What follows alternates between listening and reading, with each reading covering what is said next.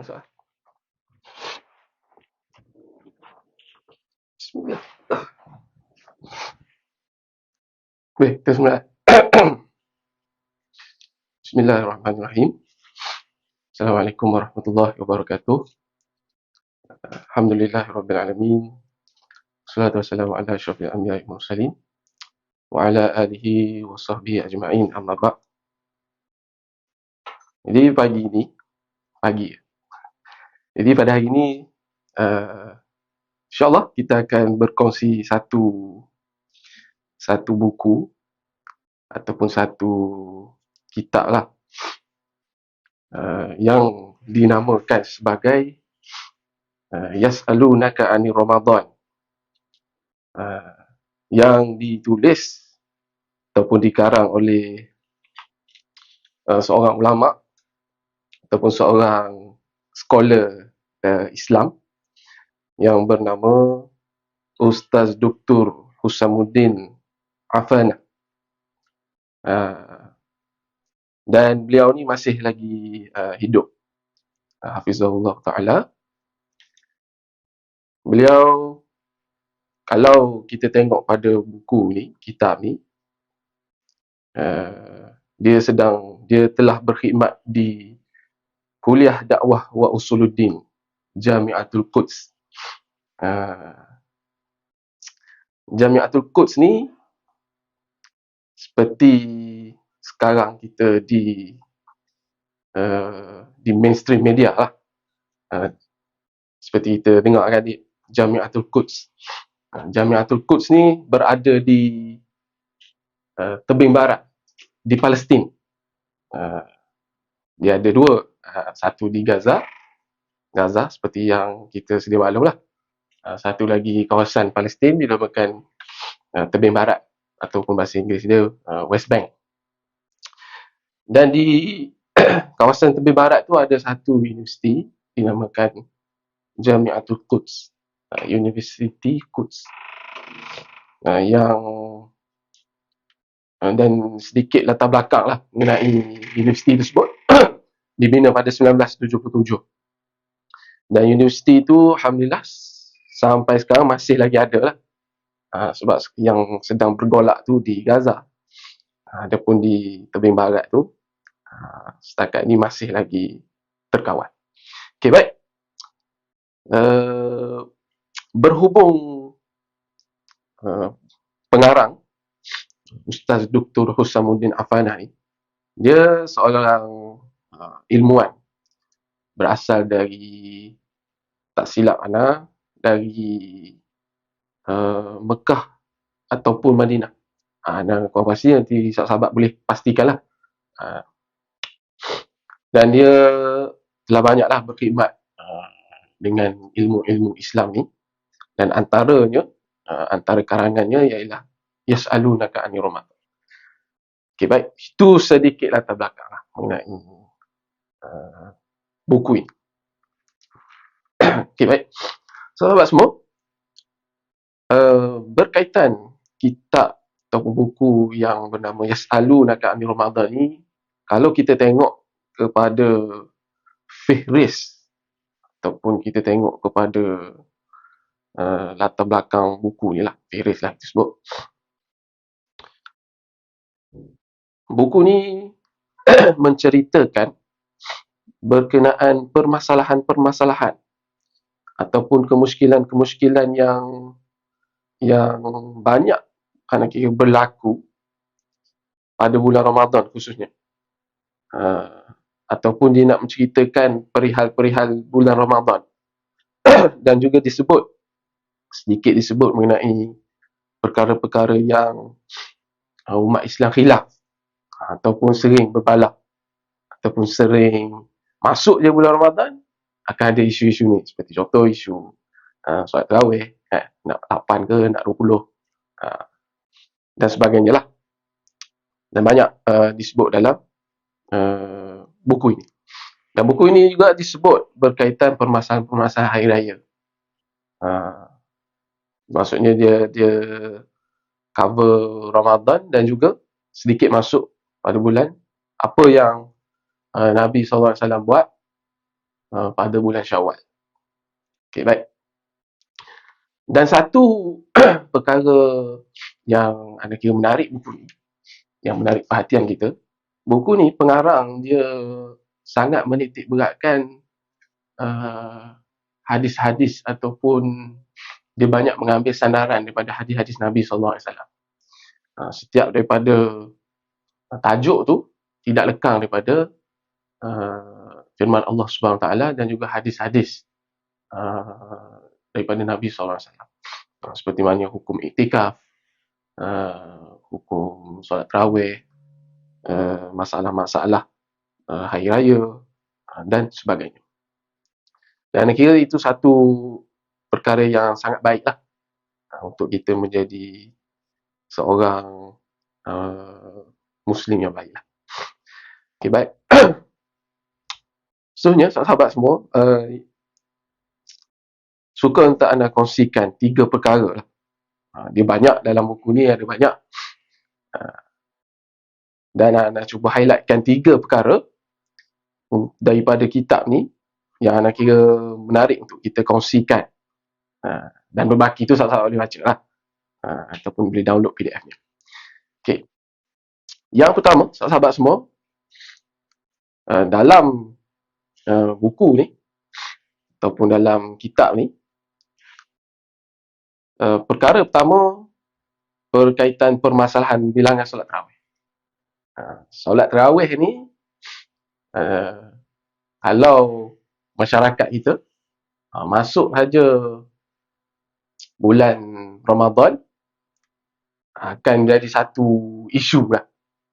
Nak solat 8 ke nak solat 20? Nak solat 8 ke nak solat 20? Okay. Dalam buku ni ataupun dalam kitab ni, pengarang ni sebut ada satu perkataan yang di-highlightkan dalam buku ni, iaitu perkataan rughbah. Nabi SAW ni sangat, apa kita nak gambarkan rughbah ni, bersemangat kot, ataupun kita kata bervisi ataupun bermisi tinggi untuk menghidupkan malam-malam bulan Ramadan. Disebut perkataan tu rughbah, dalam bahasa Arab tu rughbah. Dan suka untuk anda kongsikan satu hadis Nabi SAW, man qama Ramadan imanan wahtisaban ghufira lahu ma taqaddama min dhanbi.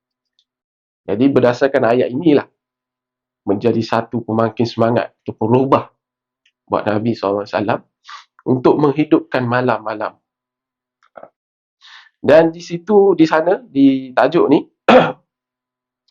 ada dibincangkan, ulama bincangkan ayul afdal, 20 ke 8. Dan di sini dikongsikan banyaklah, bahawasanya Nabi ni solat 20, Nabi ni masuk pada zaman sahabat solat 8, dan sebagainya lah. Ala kulihannya, tajuk ni, topik ni kita nak kongsikan dengan sahabat semua. Yang pentingnya kita menghidupkan malam pada bulan Ramadan. Ada orang dia kurang menghidupkan malam bulan Ramadan. Yang dia tahu moreh dan sebagainya lah. Benda-benda yang tidak menghidupkan bulan Ramadan dengan amal-amal kebaikan. Jadi pentinglah buat kita, khususnya mahasiswa Islam ni, untuk kita menghidupkan malam-malam pada bulan Ramadan. Ataupun kita mengambil semangat pada bulan Ramadan tu, kita membuat amal ibadat dengan solat tarawih.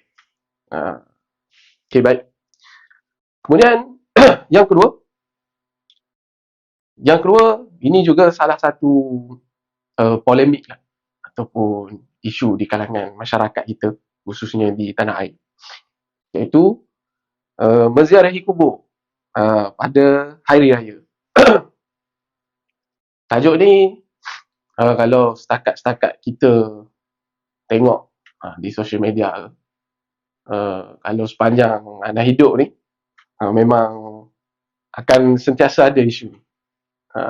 Orang ziarah kubur pada hari raya. Okay, baik. Dalam kitab ni, ataupun dalam buku ni, pengarang mengajak kita kembali kepada, kalau istilah dia, fundamental lah. Fundamental issue dia. Nabi SAW ni menggalak umatnya untuk menziarahi kubur. Kerana ia mengingatkan kita kepada akhirat ataupun mengingatkan kita pada akan kematian. Jadi faham kita pada sini bahawasanya Nabi SAW menggalakkan umatnya untuk menziarahi kubur. Menziarahi mungkin ayah kita yang dah meninggal, mak kita, atuk kita, nenek kita.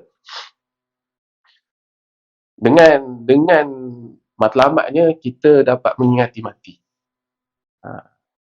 Dan perlu kita tahulah, manusia ni salah satu cara nak bermuhasabah diri dengan mengingatkan diri akan kematian. Dan banyaklah dalam buku ni ulama menyebut, pengarang ni berkongsi kepada kita bagaimana nak ziarah kubur ni tak semestinya tunggu hari raya. Banyaklah hadis-hadis yang dikongsikan kepada kita.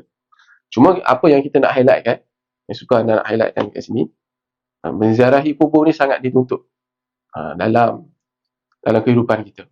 Dan di sana ada adab dalam kita nak menziarahi kubur, seperti memberi salam pada ahli kubur, dan tidak melakukan perkara-perkara yang khurafat lah, yang kita sepakat semua majoriti umat Islam ataupun ulama menolak segala kekhurafan yang berlaku di kubur, seperti ritual-ritual lah, ritual-ritual yang kita sedia maklum. Dan apa yang masyarakat kita buat di ketika menziarahi kubur tu, itu sangat bagus. Tak ada masalah, boleh teruskan. Malah ia sangat digalakkan. Cuma ialah bila mana hari raya kan, mungkin ada sanak saudara kita bekerja di luar negara, luar negeri dan sebagainya. Mungkin pada hari raya itulah mereka akan balik kampung dan sebagainya. Jadi mungkin waktu itulah waktu yang mereka ada untuk menziarahi kubur. Jadi kebetulan hari raya. Jadi hari raya lah mereka mengambil peluang untuk menziarahi kubur. Tak ada masalah. Tak ada masalah. Berbeza lah dengan kalau kita ni memang menetap di kampung halaman, menetap di rumah kita ni dekat je dengan kubur ayah kita, mak ayah kita. Jadi itu saya kira lagi lah untuk kita sentiasa menziarahi kubur ataupun menziarahi kubur lah kita sebut kan. Okay. Itu isu lah. Anak kira tak adalah satu isu yang sangat kronik dan sebagainya. Okay, baik. Isu yang ketiga, sahabat semua, berkaitan iktikaf di masjid. Iktikaf di masjid ni, sahabat-sahabat semua, dia berbeza lah.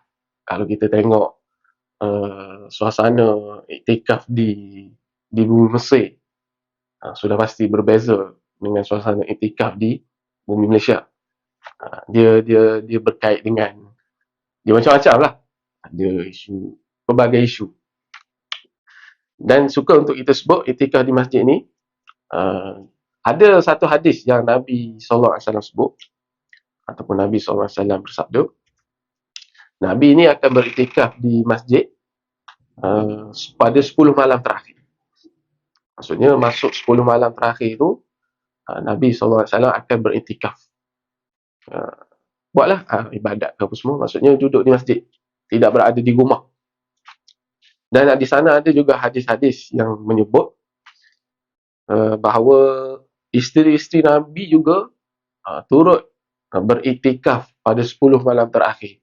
Cuma dengan ada beberapa syarat lah. Yang semestinya syarat dia ialah suci daripada hadas. Dan kena pastikan masjid tu aman. Masjid tu ada ruangan khas untuk wanita dan sebagainya. Kalau saya nak sebut ke sini, iktikaf di masjid ni pada bulan Ramadan tidak terhenti pada kaum Adam saja. Malah di sana ada juga kaum Hawa ataupun isteri-isteri boleh saja menghidupkan malam dengan beriktikaf. Seperti mana yang pernah Nabi SAW bersabda. Cerita pasal iktikaf di masjid ni Kalau kita tengok di media sosial, kalau bab iktikaf di masjid ni, ada sebahagian masjid di Malaysia ni dia menutup lah ruang-ruang untuk orang beriktikaf ataupun berehat di masjid. Berbeza dengan masjid di Mesir, sentiasa terbuka lah. Nak berehat ke, nak tidur ke, nak apa dalam masjid tu, ahlan wa sahlan. Asalkan tidak melakukan perkara yang berlebihan lah, perkara pelik-pelik lah. Uh, dan berbeza di Malaysia. Ada satu masjid tu kita agak viral lah kalau tengok di media sosial tu. Tok Syiah dia tu Syiah tampai. Dilarang tidur dan berehat di dalam masjid. Jadi itu nak menggambarkan dia bukan masalah masjid tu sendiri, dia masalah orang yang mengurus masjid tu. Sebab masjid ni kalau dalam hadis Nabi sebut menjadi satu, sepatutnya masjid ni menjadi satu tempat tumpuan umat Islam. Sama ada nak berehat, nak bermesyuarat, nak, maksudnya kalau bahasa orang putihnya, menjadi one stop center lah bagi orang Islam untuk melakukan apa saja aktiviti-aktiviti kemasyarakatan sebagai contoh lah. Itu berkaitan iktikaf di masjid. Ala kuliahnya sahabat-sahabat semua, buku ni sahabat-sahabat boleh baca lah, dan boleh dapatkan PDF. Boleh search Yas'alunaka 'anil Ramadan. Banyak buku ni setakat yang anda tengok ada dalam hampir 300 muka surat. 300 muka surat ni memuatkan pelbagai permasalahan pada bulan Ramadan. Dan dikongsi juga apa pada bulan Syaban pun ada apa amalan yang dibuat dan sebagainya lah. Akhir sekali, sahabat-sahabat semua, daripada anda, jadikan bulan Ramadan ni lebih baik daripada bulan Ramadan yang kita lalui sebelum ni. Mungkin Ramadan sebelum ni kita lalui dengan mungkin ada kesilapan ataupun kesalahan ataupun kekurangan yang kita lakukan pada Ramadan yang lepas, dan pada kali ini Allah Ta'ala bagi kepada kita seperti mana kita sentiasa berdoa kan, Allahumma balighna Ramadan, dan Allah dah kabulkan doa kita dah sampai pada bulan Ramadan pada tahun ni, maka lakukan yang terbaik. Moga-moga Ramadan kali ini kita semua ni mendapat keampunan daripada Allah Subhanahu Wa Taala dan menepati firman daripada Allah Subhanahu Wa Taala, la'allakum tattaqun. Moga-moga la'allakum tattaqun, jadi orang yang bertakwa. Jadi itu saja sahabat semua, apa yang baik tu daripada Allah Subhanahu Wa Taala, yang kurang tu dari kelemahan dia sendiri. Kelebihannya buku ni sangat baik untuk menjadi bacaan ringan lah buat kita, sambil-sambil tunggu iftar ke, sambil tunggu morih dan sebagainya, boleh baca. Jadi itu saja. Wallahu alam. Assalamualaikum warahmatullahi wabarakatuh.